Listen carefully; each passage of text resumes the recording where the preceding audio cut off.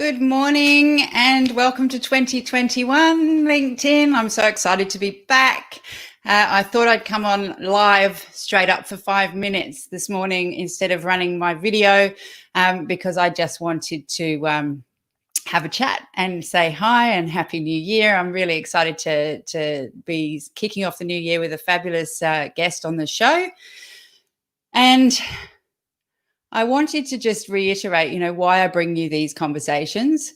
I bring you these conversations. I've been in the industry in recruitment and coaching and leadership and working with amazing leaders and amazing humans for around 25 years now, 20 years plus 5 years where I was HR in a business.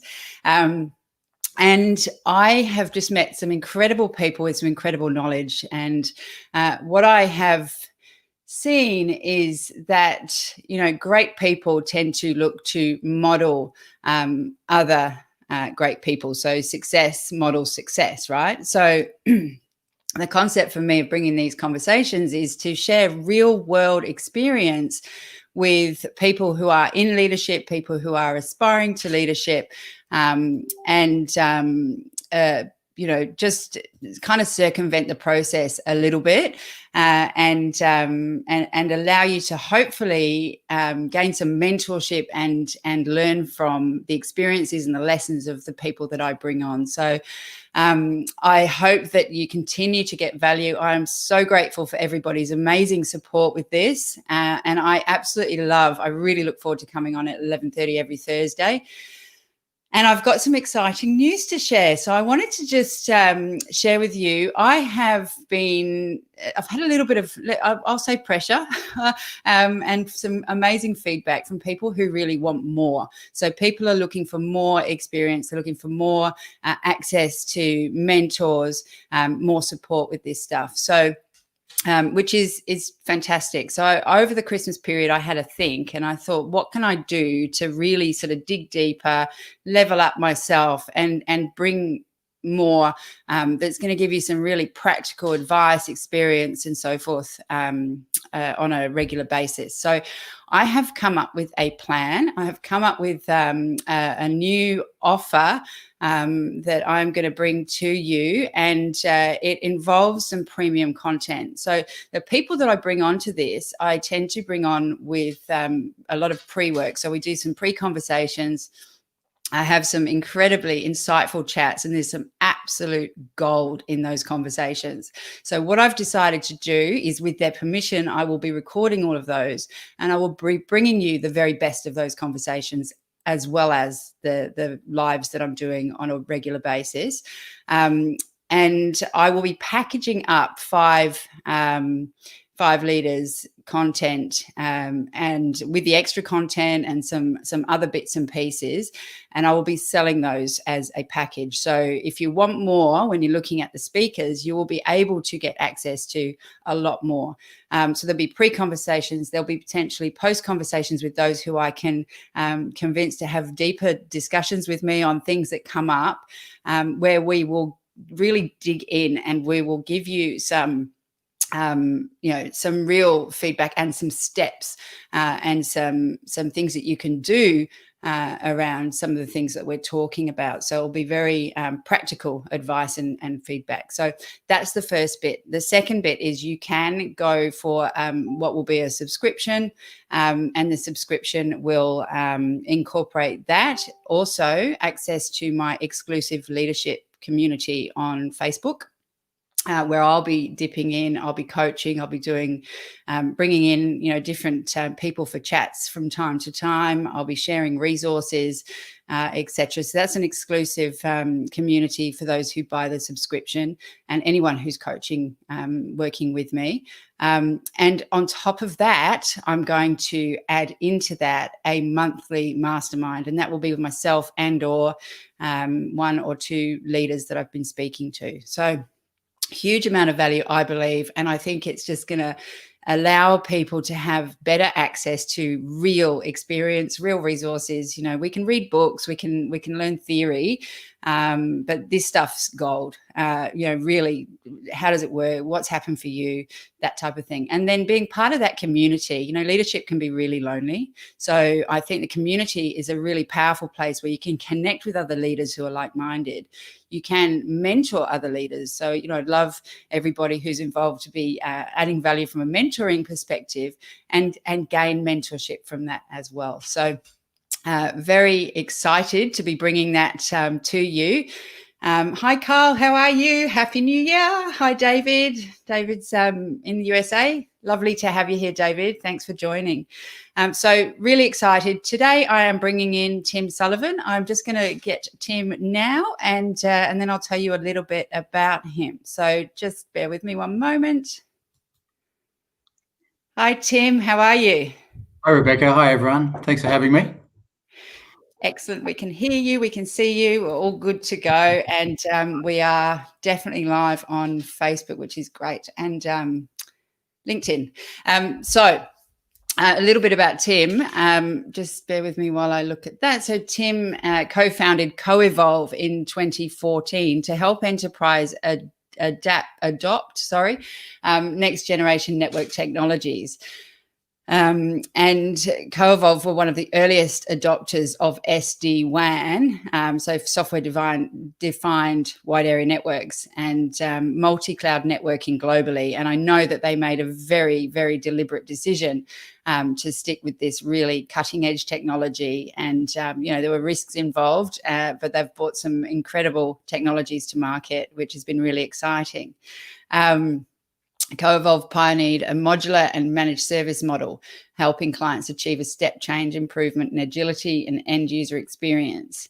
They have now delivered SD-WAN services, get this, in 76 countries on 6 continents over the top of more than 400 telcos and ISPs in the connectivity underlay. So that is incredible. And that's all in 6 years. And Tim enjoys leading multidisciplinary teams and driving plans across the go-to-market, client experience, solution development, delivery, and ongoing optimization of long-term managed services relationships with global companies. And Tim's very passionate about helping companies pursue international growth.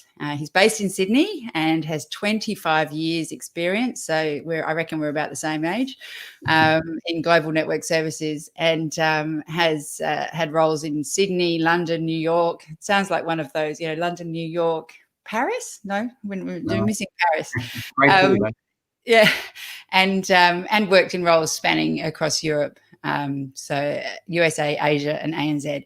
And so the thing, well, first let me welcome you, Tim, and then I'm just going to give a reason why I thought it would be great to talk to you today. So welcome. We really appreciate your time. Thank you. Tim has built, when they went into this business, Tim and his co-founder, they really wanted to build a global team. And the reason why I thought it would be fabulous to have Tim on right now is that we are all in a scenario where we can now kind of, I think we've had experience that's allowing us to go, we could build global teams, and this could be a lot easier than what we thought. And not just global, but remote. So working with teams who are remote, working with teams that are not all sitting in the office with you.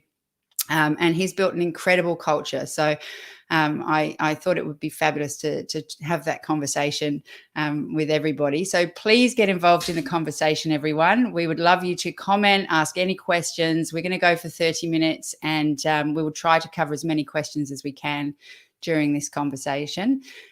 And so, Tim, I would love to know, to start with, when you were a small child or teenager, did you visualize yourself in a leadership role like this? Going back that far.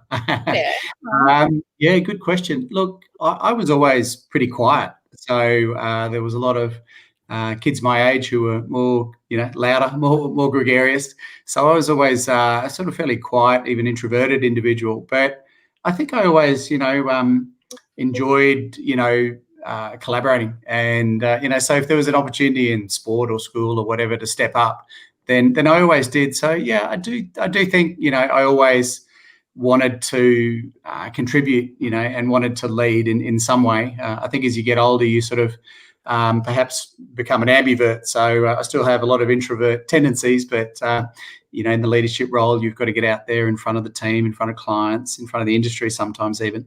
And so, you know, you sort of build out your extrovert skills as well, perhaps. But yeah. Or there's always an opportunity to step in and lead a bit more for anyone, I think.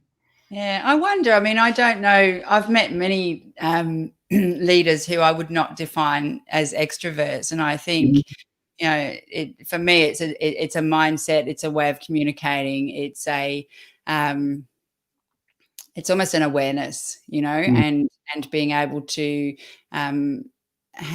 there's certainly empathy comes into play as well. So, you know, and that's not necessarily, in fact, a lot of introverts have a lot of those things, right? So I love the concept ambivert. You know, I love that you can sort of, you got to sometimes turn it on. And I suppose when you're in a CEO role, you got to beat the drum a little bit sometimes as well. Yeah. And so when you moved into this business, taking on, you know, the global market, obviously you'd had some great experience. What were the things that stood out to you in terms of, were there fears, were there risks? What was the thing that happened for you there? Yeah, so myself and Kieran Roach, my co-founder partner, had worked together in a couple of different places around the world, and we could see there was an opportunity. So both of us are first-time entrepreneurs.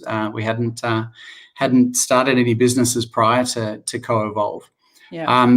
We could see that the technology, this software-defined networking technology, was coming. It wasn't fully formed, and you know, we could see that not only that, the clients were, you know, dying for greater ease of use and to be able to move a lot more quickly with their global networks. So we always loved the global space, and we could see that these sorts of multinational enterprises would need help to assess these new options. We predicted that it would be new innovative companies that would bring these options to market. It wouldn't necessarily be the big incumbent players that would promote this change. So we knew that these enterprises would need a lot of help assessing these new options. And then when they were ready, and that varies, you know, depending on their circumstances, you know, then help them move into deployment mode, and then manage mode, and then even optimize mode as they sort of progress with their technology journey. Yeah. And so in terms of challenges for you when you started it, what were the sort of things what was the most important element in terms of the startup list? I'm guessing people were a key part of it. Absolutely. You know, everything Kieran and I have achieved is with the benefit of a fantastic team. So, you know, we've often said, you know, our job is to look after the team help us look after the clients, and the clients help us look after the business. But so building that amazing team right from the start. So we raised funding even before we really got going, because we knew that we needed some great quality, particularly technical and operational people in our team. We're actually, as a team, even now, very sort of light on our sales and marketing resources. Most of our team are, you know, really strong technically and/or operationally. So we knew that we'd need a great number of colleagues with us. We knew we were addressing the global requirement, and we started in 4 countries right from day one. So sort of being born global, we knew that, you know, we'd need a certain spread of great quality teammates right from the start. So that was really the initial focus, and then sort of think about the technology second, having sort of thought about the people side of it first. Yeah. And I know we had a conversation around the values of the business and how important that was in terms of building the team. Did you have that stuff entrenched from the very beginning? Yeah, we actually wrote that before we launched. You know, and we enjoyed that. But it's interesting, Rebecca, you know, you can write these things down, but it's really those sort of first, you know, probably 5 to 10 people that really make that real.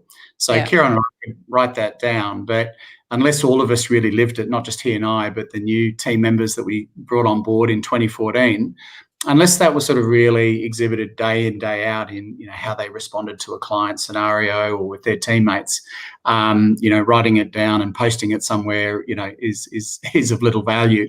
Yeah. So really, we sort of talk about our cultural co-founders, the people who joined us in that first year. When it was really formative, it was brand new technology and no one had heard of it virtually. And so there's a lot of education to do. And really those cultural co-founders really helped, instill those values and take them from being a set of 10 things that were written down even before day one, to make them real, so that new team members coming into the team had a real point of reference. So in all of their decision making that they would come across, they knew those values right from the start. Yeah, I absolutely love that. And I know you said you didn't coin the phrase cultural co-founders, but I hadn't heard that used before, and I love that. That's fantastic and so powerful and important. And so you've got people in different countries, so that's really remote. And I'm guessing coming from different cultures and all of that stuff. So what are some of the things, because everybody's now experiencing, or a lot of people are experiencing this in locally, and even just in Australia now, or in the US or wherever. So what are some of the things that you do on a regular basis that you found is really important to connecting and engaging and maintaining the culture of the business? Yeah, no, you're right. Because we were born global and were specifically addressing a global target market right from the start, by very nature, there would be, there'd never be a downtime in the CoEvolve working week, whether it was Chicago or Kuala Lumpur or Singapore, Australia. We're working with colleagues in 8 or 9 countries now. So literally all the time zones, it never stops. Right. So yeah, you've got to be really intentional. We sort of described ourselves from that first year as a mini multinational, and we sort of said, look, team, because we're so spread out, we need to work twice as hard as a normal company at communications. So there's a couple of key principles that we really make sure we live. So transparency is definitely one of them. So, we want to really trust and empower the team, but you can't talk about that unless you've given them a lot of information about the business and where it's at, not only sort of where it's going and the values and the vision, but, how it's tracking. So that's sort of fundamental of transparency accompanying a high level of trust. Obviously, if we were micromanagers, we wouldn't have set up such a spread out team. So that's sort of enabling that real trust and empowerment with that wonderful team. And then I think it comes down to, as I say, the values sort of become understood. Once people have spent time around their colleagues, they know how to act and behave, and that guides their decision making. So then I think the key points for Kieran and I as the leaders is really to just make the key principles that we want out there really clear, and make sure there's maximum clarity and maximum availability from us if there's any questions on that or concerns on that. So that accessibility and the team knowing that they can reach out to us at any time, ask any question, no questions off the table. Really making sure that that the principles, so we're not giving them absolute instructions on how to go and do it. They're really bright people. If you give them a lot of information and those key principles, then they can go and achieve great things. Yeah. And I can see that you're proud of what you've created there as well. You can just tell from how you talk about it. And without going into too much detail. So, I mean, for me, trust is the foundation. Trust is the absolute foundation of any team.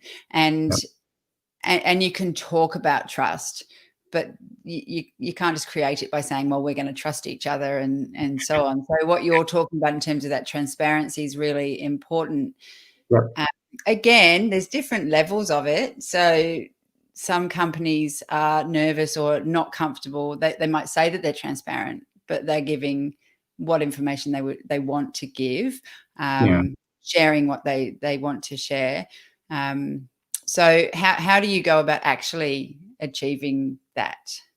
Yeah, yeah. So I think there's been a absolute consistency of the vision and the mission. So we've been very fortunate in that we haven't had to pivot at any time through the period. So we've certainly learnt a lot and didn't get everything right along the way. Don't get me wrong.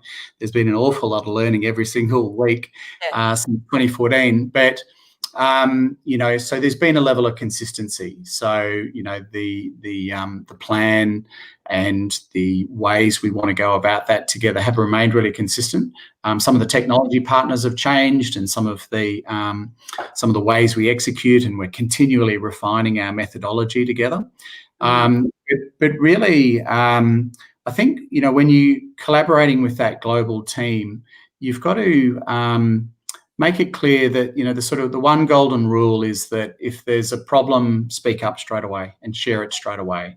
So whilst we want you to be empowered and trust you and believe we've given you a lot of the key principles to help you make that decision, if you see a problem, just share it straight away. It's only going to get worse with time. So the sooner we all share it and get onto it, we all make mistakes, myself especially.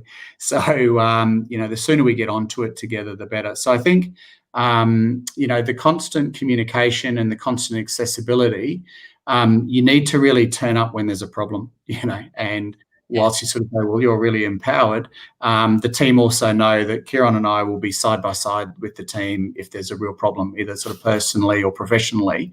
I think that's sort of when your values and, your commitment really gets tested. Words are easy. It's really how you act in those more difficult situations often that builds that trust. Yeah. So something you said before about, if you were micromanagers, you wouldn't have set this up. Well, a whole lot of people are now in this situation where they are being forced to move into this environment. And, forgive me for saying, but many are micromanagers and are comfortable with being able to see what's in front of them. I've actually seen some phenomenal turnarounds in the last 12 months with leaders who had thought that way and are now going to, hybrid work environments, or, we're not going back to the office. One example I heard of the other day was, for example, Medicare are not going back to the office at all. So they're all working from home, and that used to be a government organisation. So, and what I find is that a lot of leaders, they worry about the over communication. It's a concern for them because they don't want to be seen as a micromanager. And the other component that comes up is that they are busy. And so how do you, make sure that you have room for what communication does need to take place? Have you got any feedback on that? Yeah, no, I don't think we humans are sort of really meant to be completely in the office, 9 to 5 or whatever hours it is, all day, every day. Or for that matter, I don't think, subject to sort of COVID lockdowns, that we're supposed to be working from home 100% either. I think all of us need a mix, and, it depends on your role. It depends if you're newer or more established in the business. It depends on what you've got going on. So I think, there's two key principles that we use, in that remote engagement and that global spread.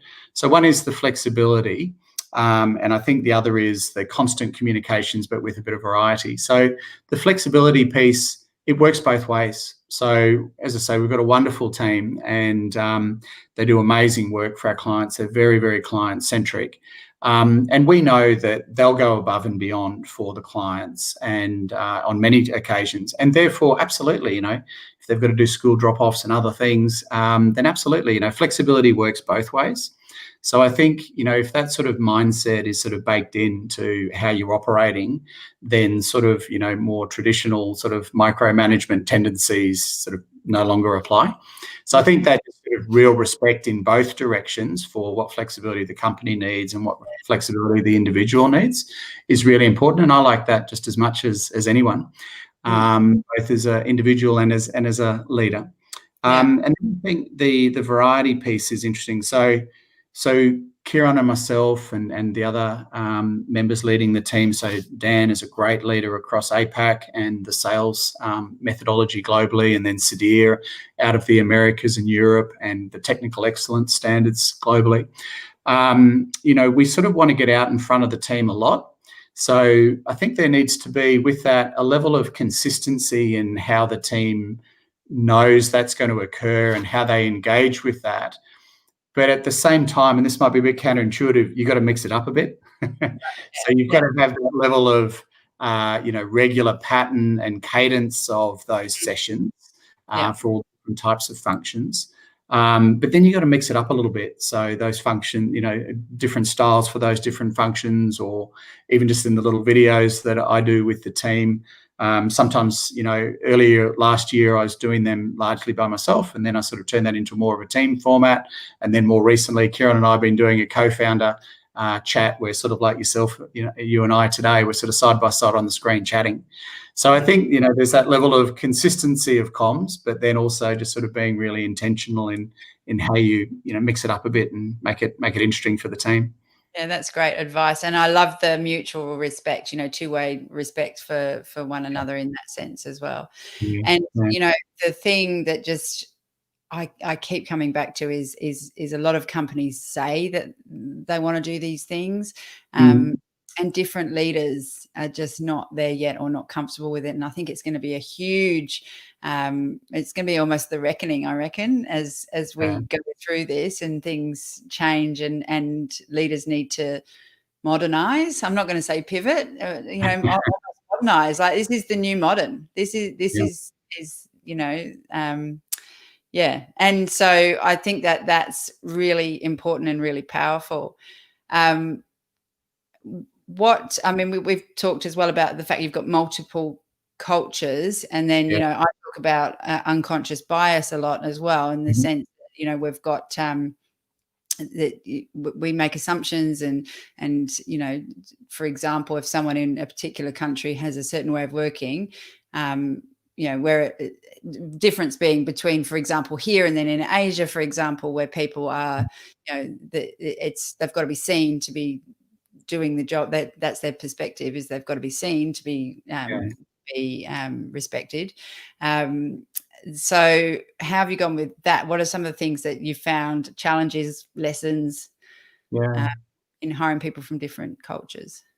Yeah, so both Kieran and I had worked across a lot of different geographies previously. So I think we both just love the global aspect. So, I love going to visit the team in Malaysia pre-COVID and, sort of learning a little bit more about the local politics, in addition to talking about software-defined networking and things like that. I love going to Singapore and sort of just understanding how such a small nation physically has just overachieved in so many different ways, or going to the Bay Area with Kieran to check out the latest technologies. So I think both of us, and indeed everyone in the team's just got that natural curiosity about different cultures and countries. And so we're sort of all globally minded. That's sort of just part of our DNA, and it's almost sort of self-selecting in the way we interview. So, you can't ask a question in interview process, how many countries have you visited? But you just get a sense of, whether people are really globally minded from the start. And then, so I think there's a fascination with those differences in culture that you want to respect and you want to observe and find out more about and sort of participate in or be aware of at least. And then I think, beyond that, Rebecca, I think, humans are all sort of, driven by the same sort of goals and fears and motivations ultimately anyway. So, if you've got those shared values from the start, then, being able to sort of really understand the differences and make the most of what you've got to achieve together and collaborate. I think it's really important, and this is, definitely something that different cultures do differently, is to lean into the difficult conversations. And so where you've got a bit of an issue, where you've got a bit of a disagreement and, you've got two different ways to do something. And most times, actually, there's some really powerful learnings in that difficult area in the middle. And so being able to sort of lean in an appropriate way and sort of have that tougher or more awkward even conversation, is often sort of where you can sort of really accelerate your progress. So I think, one of the traits we really look for in that interview process, really hard to interview for, is just a level of self-awareness. Because I think, when you're wanting to do more remotely, and we used to visit each other as much as possible in the pre-COVID years, but we were always going to be working mostly remotely from each other. Being able to sort of really lean into those difficult conversations and being self-aware on both sides just means you can move a bit more quickly and get more done together. Yeah, absolutely. No, that's fantastic. I love your use of curiosity. That's another one of my I'm not, I nearly said buzzwords, but not a buzzword. It's real. Yeah. So I talk to leaders all the time. If you can approach everything with curiosity, imagine the opportunity that lies beneath that. When people are struggling to have difficult conversations or feeling different sort of emotions come up as they're talking or whatever, switch the curiosity switch on. That's the way I see it. And then you can ask questions, find out what this is founded in, find out what the reasons are, and get the reality. And again, many leaders, and we're all human, so we're all fallible, but a lot of leaders don't do that, and often don't spend the time on that. So because it takes time, right, to be curious and to have those conversations, and everybody's busy. And it's sort of built into our DNA. I mean, it's built into the company name. Co-evolve. We expect the technology to keep changing and to keep changing more quickly. And as long as it's good business for us and good business for our clients, and we're so grateful for the relationships we have with them, then we will co-evolve it. So, again, it's sort of self-selecting when we're looking at candidates for the business, that, the people that are attracted to our proposition of helping these enterprises adopt this next generation network technology and helping them through the different phases of that. They're sort of just curious about not only what's being done today, but what next, as long as it's right for the client. Yeah. It's incredible that you can take network technology and make it so sexy. It's so kind of interesting because you've got a purpose. What you're trying to achieve is bigger than the technology. And I love that. And that's something that's going to attract great people as well. So, hats off to you for building the culture. And it's like I say, sometimes it's in a sense, you might feel like it's almost an accidental thing, but you've done some incredible things to build this, and the knowledge and experience you have is, it's worth money in the market now, I reckon, because of the nature. I mean, big globals, big vendors, it's different.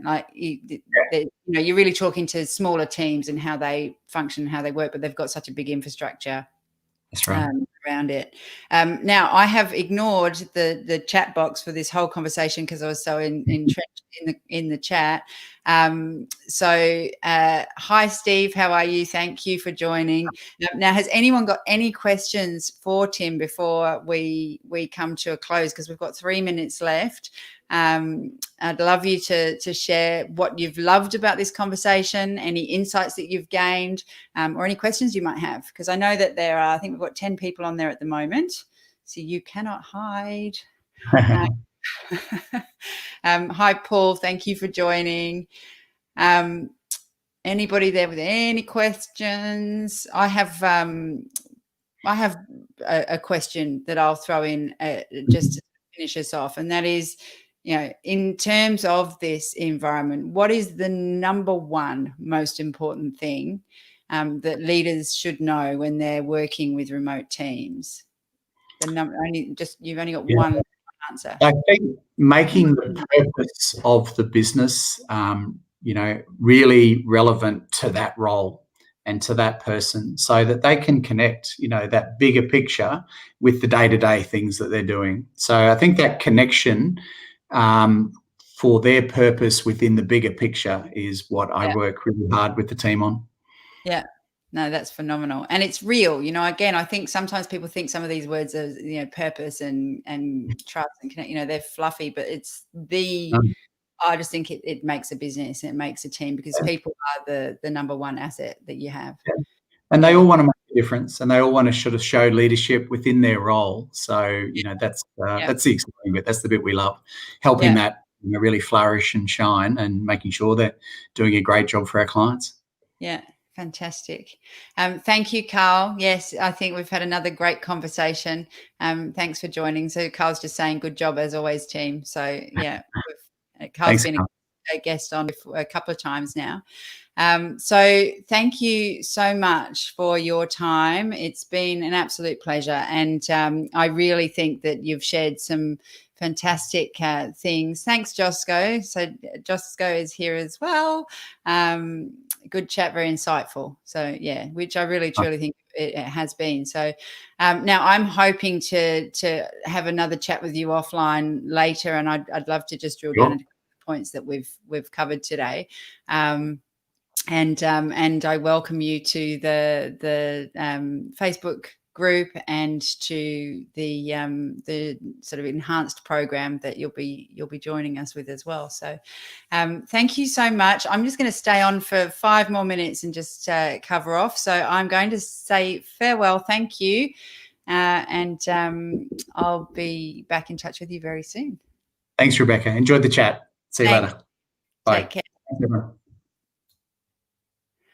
All righty. I just wanted to stay on for a minute. Thank you so much. Thanks, Paul, Carl, everybody who's there and commented. And just reiterate the new improved version of what I'm bringing this year. So I will be continuing with these sessions, and I would love any referrals of people that you would like to hear from. It's sometimes very hard to identify great mentors and also to get their attention and their time. So, this new program that I've put together, which will bring you enhanced content. So, we will be talking in more detail with leaders about sort of how specifically they have done things, and sharing that content on a subscription or a packaged basis. As I said, I'll bring more information on that soon. But if you are interested in this, please just send me a message at this stage, and I will get you connected up with my leadership community. Carl, I will be inviting you to join the community as one of the mentors anyway. So I'll look forward to talking to you very soon. And thanks again for joining us, everybody. I will see you here next week at 11:30.